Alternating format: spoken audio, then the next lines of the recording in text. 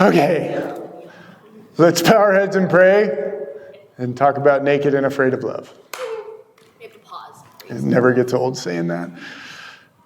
Oh, Lord, thank you for this time. And I just am so grateful for your word and how it speaks to our lives. God, is written over 2,000 years ago, and it is just as relevant today as it ever was. And if we follow it, God, the things you have in store for us are amazing. If we disobey it, it's to our own peril. And so help us to tune in, help us to wrestle with some of these issues, to be stretched and to learn and grow. In Jesus' name, amen. Years ago, I got called into a youth pastor crisis. It was a high school guy. He didn't go to our youth group, but he had a friend that went to our youth group. I didn't necessarily know what I was getting into, but this guy was like, can you just come hang out with my friend? He's really a wreck right now, and he just needs someone to talk to. And I'm like, okay, cool. I'll show up. So I show up, I meet this guy. I'm starting to hear his story, what's going on. He's obviously distressed. He's going through a lot, and he says, here's the deal. I have this girlfriend. It's like, I have this girlfriend. And I don't know why, but she has not talked to me much or hanging out with me much over the last month. Nowadays, we would call that ghosted. She's been ghosting me for about a month, maybe a little longer now. I don't know what I did. I don't know what went wrong. I'm freaking out. I really like this girl. And she's actually hanging out with her ex a little more, I've noticed, but that's not a problem. Like, we don't have to worry about that. There's nothing going on there. I'm trying to figure out what I should do in this situation, to weather this storm until we can hang out again. And I was like, so what's your plan? He goes, well, this is what I did. I wrote a long letter to her. And he showed it to me, a piece of paper. It's about that long, single space. Super sappy, as you might imagine. Like, oh, my heart this, and breaks that, and roses, and the color red, and all that kind of stuff. Super sappy. And I'm like, okay, what are you going to do with this? And he goes, I think I'll post it online. I'll post it publicly and tag her in it on her MySpace or Facebook or whatever it was back then. And I was like, what I think you should probably do instead is wad it up, throw it away, because she's with her ex again. That's it. I'm sorry, it hurts, it sucks, but it is what it is. And it did hurt, it did suck, but I feel like the advice that I gave him was pretty sound, hard as it was for him to hear. And I'll tell you what, one of the things that I was thinking in that moment while I was talking to this guy is how many times as a teenager I did stupid stuff that was emotionally charged and felt so right and so perfect, and it was going to turn things around, and it was completely the wrong thing to do. Like, I wish someone had given me this advice. And as I think about that story also, it makes me appreciate that much more all the advice that the Bible gives us about relationships, because it really just sets out a blueprint to how to handle a lot of these things in a very practical, very effective way. So we're going to dive into it again. Remember, if you were here last week, we're sitting at coffee, right? You and I, we're hanging out, we're talking. You bring up relationships. Last week you said, how do I get a boyfriend or girlfriend? What do I have to do to attract a cool person into my life? We talked about that a little bit. That'll come up a little bit this week. But we're also talking about 1 Corinthians 13 and what real love looks like on a deep level. And I got to remind you, we talked about this the first week. Real love is the thing that God gives you. Because when you hear about it, you're like, this sucks. I fall so far short of that. I cannot do that on my best day. I'm failing every point. And you're missing the point. It's not a checklist of like things you have to muster up courage to do. It is the gift that God gives you as you lean into your relationship with Him. Love grows in your heart and in your ability to show it to another. So check out this first verse for you. The John verse, yeah. It says, no one has ever seen God, but if we love one another, God lives in us, and his love is being made perfect in us, or complete in us. God's gift is to make love complete in you and perfect in you. So as you learn about it, it's good to know what he teaches, but also remember that it's not all on you to live this out. That his Spirit is developing this in your heart, in your life, and in your habits. And so you don't have to be discouraged when you fall short. You can stick with Jesus. I also want to remind you that you can ask questions at any time during this message. Just throw that hand up as long as it's about the topic. But you guys are high schoolers, so you ask questions about the topic. Middle schoolers raise their hand to tell you about their new puppy or something like that. It's very cute, but it's off topic. All right. I have a question for you. What are some things you guys are looking for in a boyfriend or girlfriend or even a spouse someday down the road? And if you're not interested in dating, that's fine. For some of you, that's probably good, but just be thinking in your future. You know, at some point, that time will come. So what are some things you're looking for in a boyfriend or girlfriend? Yeah? Someone who puts off time for me. Someone who spends time with you? It's good. What else? Someone who balances me. Balances you? How so? Ooh. I think someone who will push me in the areas I need to grow, because that's where they will be stronger, and who I can help in the areas that he would need to grow. Okay, good. Good description. What else? What are you looking for? Yeah? Not toxic? Isn't like everything toxic now, though? Okay. That's a good one. We need to talk about toxic. Yeah, Spencer. A good cook. A good cook? It's fair. It's fair. There was a guy and girl that were dating in our youth group when I was in high school, and neither of them could cook worth a hill of beans. And they just would talk about like, are we like going to die if we get married? Because no one knows how to make food. We're just going to starve in this thing. So, good. What else? What do you think? Some of you haven't thought about this very much. I'm glad I asked. You know what is really interesting about this question is that when you're high schooler, young adult, you think about the kind of person you want to marry, the answers you come up with are really different than you would come up with after you've been married for a few years. Oh, yeah.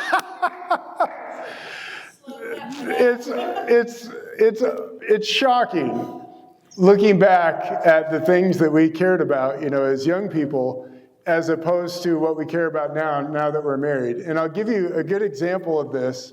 And here's wisdom, right?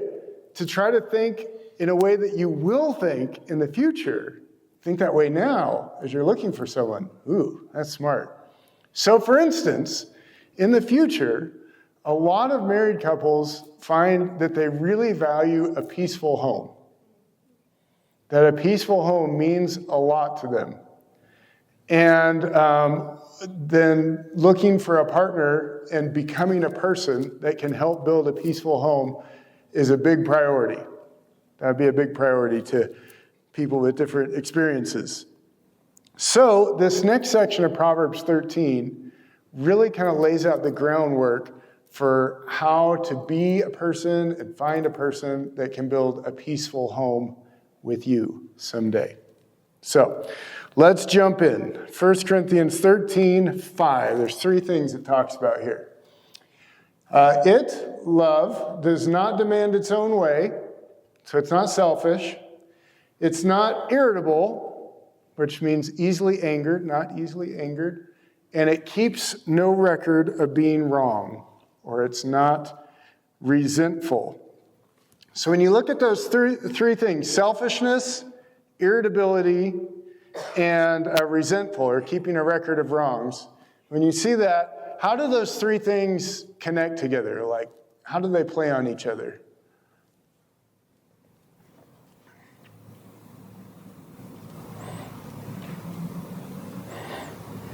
I'll give you a minute to think about it.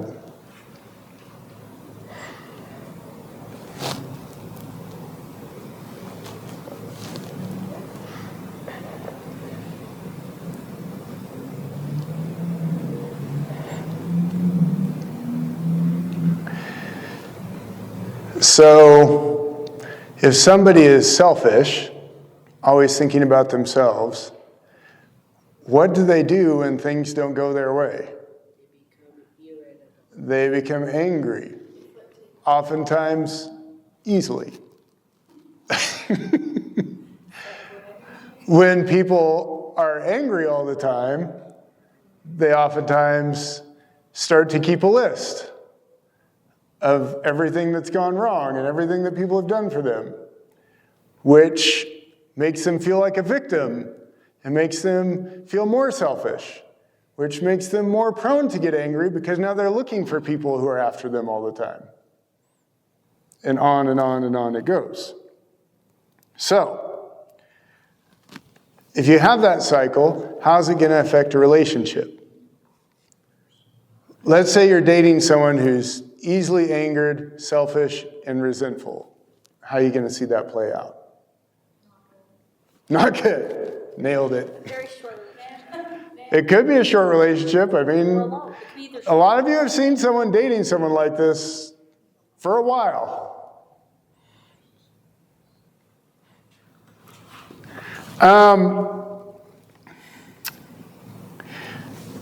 Let's start with selfishness and talk about that. And here's what's so shocking about selfishness is that if you go to the bookstore or you go online and look at podcasts or articles, magazines, things about relationships in the world, you will find all sorts of versions of be selfish, right?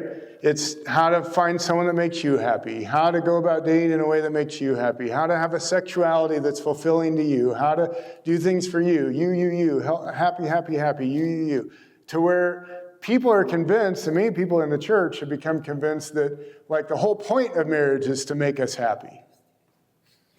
The point of marriage is to make us righteous, which takes challenges and hardships. So this is important because when everybody in a relationship is focused on themselves, nobody's happy. So have you guys ever heard the parable of the long spoons? The story of the long spoons? So this was attributed to a rabbi, Rabbi Haim, and he was trying to describe the difference between heaven and hell. And what he said is that in heaven and in hell, there is a huge banquet table filled with the most delicious food you can imagine, as much as you can eat, and you and all sorts of other people are around that table, same in heaven as it is in hell, and all of you have a spoon that has a handle on it that's 4 feet long. And so you try, but you can't, it won't reach your mouth. It comes out to about here. And here's the difference between heaven and hell. In hell, everybody is focused on feeding themselves, and so nobody eats. And it's hell because the food is right there for them. And nobody can get it. Nobody can be happy. Nobody can be satisfied because they're focused on their own needs. In heaven, everybody's focused on feeding someone else. And so the spoon is perfect to feed the person across the table, and then the person at the end of the table, and then everybody gets to eat, and everybody's satisfied, and everybody's joyful. And that's true in every relationship. It's true in every youth group, friend group, family, church community, school community. When we are selfish, everybody loses. When we are selfless, everybody is satisfied. They get what they need. So let me ask you this. When you think about Disney movies, like the big classic Disney movies, What are some examples of somebody being completely selfless for the person they love? How often does real love come up in a Disney movie? Not a lot. Huh? How so? Frozen. Well, That's obviously it Frozen. is Frozen, but Frozen is more of like a family love than like Olaf. Okay, well, what about Tangled? Well, because Eugene went took because he was trapped on the boat. He escaped from prison and literally climbed the tower to help save Rapunzel, and he was chained. He was hurt. I think he died at one point, and then Rapunzel saved him. But that shows that he went really far for. That's awesome. He laid down his life. Laid down his life. What other examples? Yeah? Frozen. How so? When Kristoff, at the start. That's a long. There's no right answer. They're both right answers. There's Tell no. me the right answer. When, Hans. when the redheaded one gets frozen. Blasphemy. He doesn't know the names. I don't know the names. Yeah. Good? Good? Any others? Belle and her dad. Belle and her dad. And it's also the beast. Because the beast lets go of her and basically takes the curse on himself for all eternity in order to let her go and help her dad. That's real love. Selflessness. Here's an interesting one. Think about this. And this comes back to how to find a date. Aladdin. So you remember why Jasmine started to fall in love with Aladdin? You remember the scene? It's subtle. Because he's a bad boy. I don't. Well, In the beginning, or when he's doesn't she see Aladdin do something for someone else? Oh, yeah. give the When, kid bread. when he's Yeah, he gives the kid bread. Yeah, so he shares. And that's what gets her attention. And then he flips to selfishness. He flips to selfishness, and it's all about the presentation and the entrance and the elephants and all that stuff. And she's not impressed at all. That's not the point. It's actually the humble, selfless part that she's attracted to. Isn't that interesting? So here is my advice for you on this to help you practice selflessness. You can go ahead and put that slide up. And you can write this down if you want. Imagine everyone in your life is Jesus in disguise. Now, in Matthew 25, there's a story of Jesus talking about the sheep and the goats. And he actually says, when you do it to the least of these, you've done it to me. There's this sense of when you love people, you love me. And here's why this is so powerful. Is that in our minds, we want to love Jesus. We want to serve Jesus because we respect him. He's perfect. He's God's son. He's the best, right? It's these other people in our lives that are difficult. So if you come home and you think to yourself, what if my mom was Jesus in disguise and she's working on dishes? You'd be like, I'd probably go help. Right? And what if that kid in the corner of the cafeteria at school who's all by himself, what if that was Jesus in disguise? Well, I'd probably go sit by him, wouldn't I? And what if, and just over and over and over again, to begin to think that way, and it will bring out selflessness. Because there's something inside you that's eager to love Jesus, but just has a hard time with other people. So just imagine that people are Jesus in disguise and see how that changes things. I actually got that on Instagram and Matthew 25. Hey-o. All right, next. Love is not easily angered. We talked about this all summer last year in our Undefendable series, which was awesome. So I'll just hit on a couple little things. But here's the first. Anger tends to get worse when you get married. So whatever anger you see in someone or in yourself while you're dating, it's going to probably get worse when you get married. And so here's the pattern. This is what happens. So in middle school, girls start getting interested in guys first. That was extremely obvious at Tadmore this year because all the girls at camp had crushes on guys. And that's what all the guys did. That's what all the guys did. Are you serious?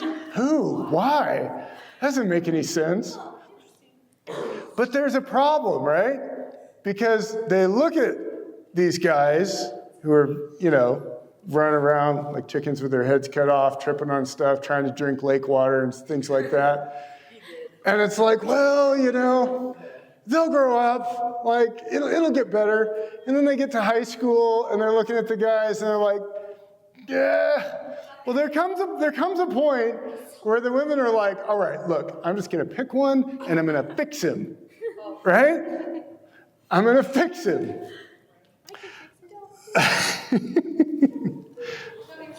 When it comes to anger, it's something like this. Well, he has a short temper. He loses his anger a lot. But I'll tell you what, I'll get married. He'll have to deal with a mortgage, a bunch of kids running around, all the conflicts that we have, and that should calm him down. No, it's going to make it worse, right? It's going to make it worse. Now, all of us have a certain amount of anger that we deal with, and some more than others, but we all have anger that we deal with. And so it is a process of getting a hold of our anger, getting a handle on our anger, and paying attention to the people that we're dating, how they're doing with that. And you know what's a great way to figure that out?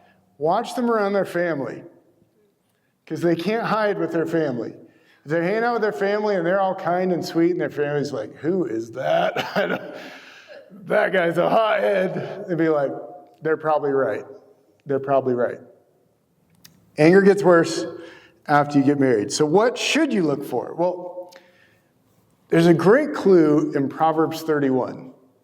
And Proverbs 31, does anybody know what that's about, aside from the adults? Yes? What is it? The virtuous woman, the woman of excellence. So it's a mom writing to her son, who is king, pleading with him to choose a queen or a woman that fits this list of attributes. And it's really amazing. It's a beautiful chapter. It's kind of controversial too, because of this day and age.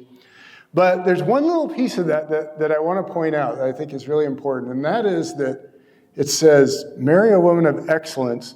And the word excellence is also used for soldiers, right? So it's almost a sense of like, marry a good soldier. Or think about it this way. If you are in the foxholes of life, like a hole down the ground where there's bullets flying overhead and there's grenades going off and there's all sorts of danger and peril, if you're in the foxhole, pick someone that you want to have your back. That's what you're looking for. And so they need to be able to carry a weight of stress, carry hardships, carry conflict, carry pain, and to have a certain management over their feelings and their anger and things like that. Because when you're in the foxholes of life, and you will be, that's the person you want at your back. You don't want the person freaking out, flailing, running around, giving up, all this kind of stuff. And that's where this comes into play. So, here's my word of advice. And this comes from a book called Sacred Marriage, which I'm reading right now. And he says this: learn to get satisfaction in how you respond. So this is what this means. Our impulse is to get satisfaction in getting what we want from other people. So we want them to be calm. We want them to be this, them to be that, them to respond all these ways. And when they'll respond, then we're like, oh, then we can be happy. Then we can feel satisfied. And what he's arguing is that we need to flip that. And we need to take our pleasure and satisfaction in how we handle situations. So if one of our parents just loses it and starts yelling and screaming at us and obviously treating us unfair, or taking things over the top, or not hearing us or something like that, what does it look like to handle it in a way that I can be proud of what I did before God? That I can look in the mirror and say, you know what? I'm really happy with how I responded today, with kindness and with gentleness. And that is satisfying. There's a satisfaction that comes with that. And if we do that, it will help so much to manage our emotions and to manage our anger, manage what's going on inside of us. Because what we tend to do is let everybody else, cause our reactions. No. Take satisfaction from how you respond. And guess what? If it doesn't work, and the other person freaks out and treats you unfairly and does all kinds of horrible stuff, who cares? You still get to walk away with satisfaction, don't you? Because it's not contingent on them. All right, coming to the end. Finally, love keeps no record of wrongs. So let me ask you this. Have you ever screwed up really bad? Let me finish. Have you ever screwed up really bad, and then when you were talking with a person that you hurt badly, said something like, I would appreciate if you would remember how bad I hurt you and keep bringing it up. In fact, bring it up when we argue in the future. Bring it up as much as you can. Maybe write it on a list so you don't forget all the horrible things I've done to you. Has anybody ever felt that way? Is that what you want? No, how do you want people to treat you? Forgive me. Forgive me. Show me grace. Don't bring it up in the future. Like if I've taken steps to resolve it and apologize, don't keep bringing it up and throwing it in my face. That's what you want, right? That's what you all want. And that's what love does. That's what love does. It keeps no record of wrongs. It believes the best in others, which is absolutely critical for a relationship to thrive. So let me ask you this. Let's say you're dating someone and they never forget anything wrong that you do, any mistake that you make. What will happen in your relationship?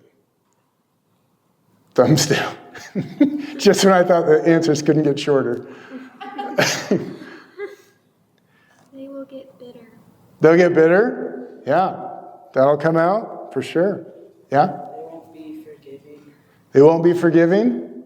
Yeah? They'll hold grudges. They'll hold grudges? You remember last week when we talked about one of the really attractive, really important things to have is confidence? Confidence in yourself, comfortable in your own skin. Guess who's not confident? People who are angry and bitter at everyone else all the time. And so us holding on to anger and bitterness actually hurts our chances of attracting good people. Because people know. It comes out. People know when there's anger and bitterness underneath the surface. When we let go of things like that, that's when the confidence can come out. That's when we can step into who we really are. Now, yes? I think those are all things that'll happen with the other person, but like if I have a friendship or a relationship with somebody who keeps a record of all the things I do wrong, sets the bar pretty low for me for like what I expect of myself too, because they're gonna think what I do is wrong anyway. So it's not like Makai said, finding somebody that like pushes you to be better in certain ways, like that's certainly just not gonna bring out the best in me. If I know they're gonna keep a record of everything, every way I fail. Yep. I'm not striving. Yeah, and I want to even develop that a little bit more. So let's say when you get married, you do want to change them in some areas, and you all will. All of you will, guys and girls. There'll be something about your spouse that you want to change. So imagine you have these three areas, right? This is how you like life. That's you, that's your values, that's how you like things done. This is your spouse, this is how they like life. And there's this area that overlaps in the middle, right? That's the easy stuff. It's like if both of you really like your bed made, that's easy because you both wake up and make your bed in the morning, right? If both of you like to eat chicken for dinner or something like that, it's easy. Every night, it's easy. Hopefully one of you can cook. The hard part is in the other areas that you want and they don't want, or that they want from you and you don't want. And if you're single, the answer you come to, which is surprisingly wrong, is, well, they should just do it because they love me. Now, maybe theoretically that's true, perhaps, but in reality, when you're living together, when you're in each other's space, when you're around each other all the time, it's more like a family member, like with your siblings or your parents. You just get used to each other. And so it's not like this feeling of love and passion that causes you to do the chores you don't want to do and say the things you don't want to say and all this kind of stuff. It just doesn't work that way. There are some things that will never change, and so you just have to learn to tolerate those things and move past them. But this might be your best bet. The opposite of keeping a record of wrongs, which is point out the best in the other person.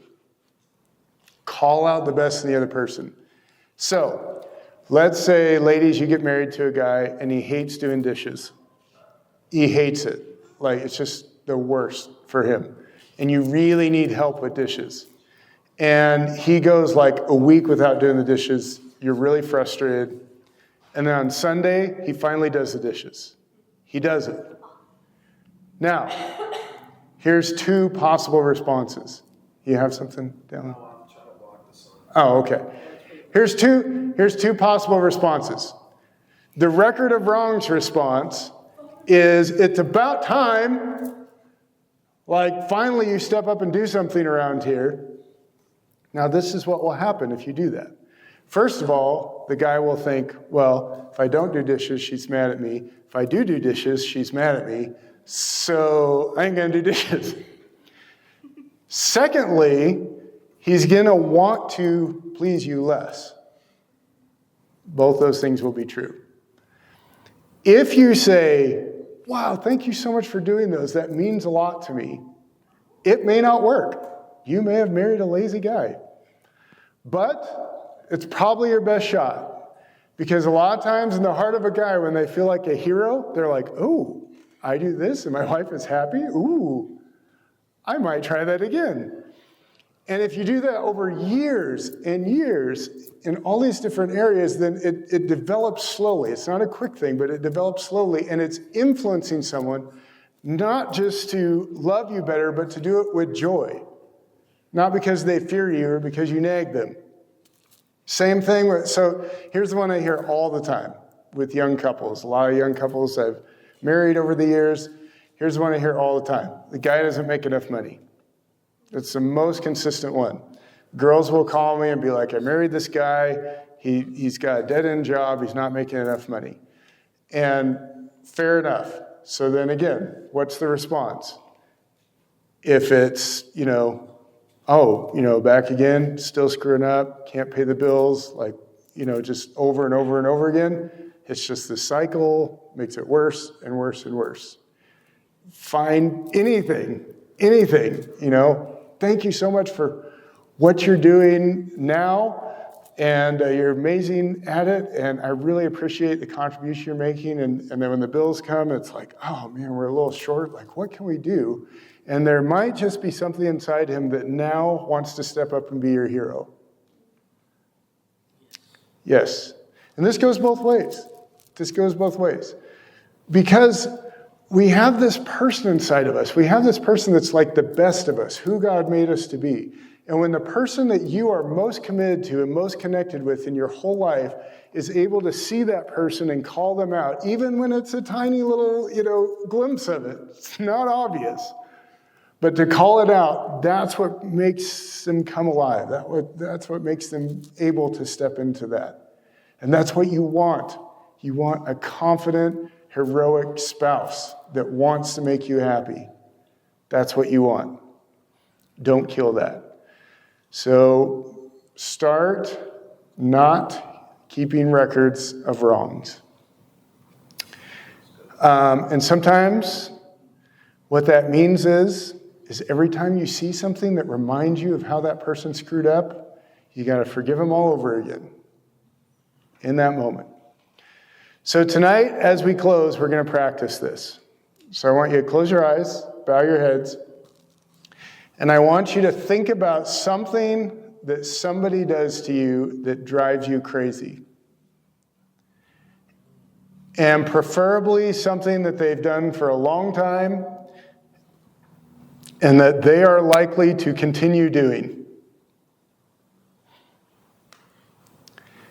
And I want to challenge you, and it could be a boyfriend, girlfriend, it could be a parent, it could be a sibling, it could be a friend, grandparent, it could be anybody. But once you pick that thing out and that person out, I want to challenge you to take a step to forgive, to let it go, and to ask for God's help or just commit in this moment that you're going to keep forgiving when it comes up in the future so that you can completely let it go. I'm going to give you just a minute to think about and pray about, take some time with God, and then we'll close.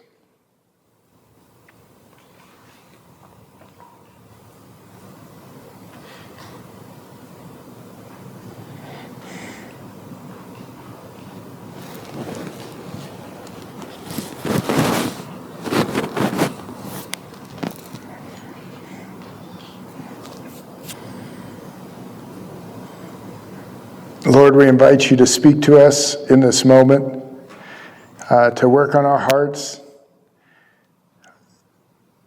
to help us to just begin to practice these things in our relationships, to see serving others as serving you,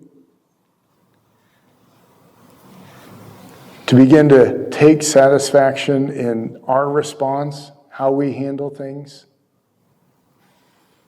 and to let go of things that bug us and get on our nerves and that we hold against people. Help us to be free. Free to be confident, free to put our best foot forward, free to be a light to others. We ask this in Jesus' name. Amen.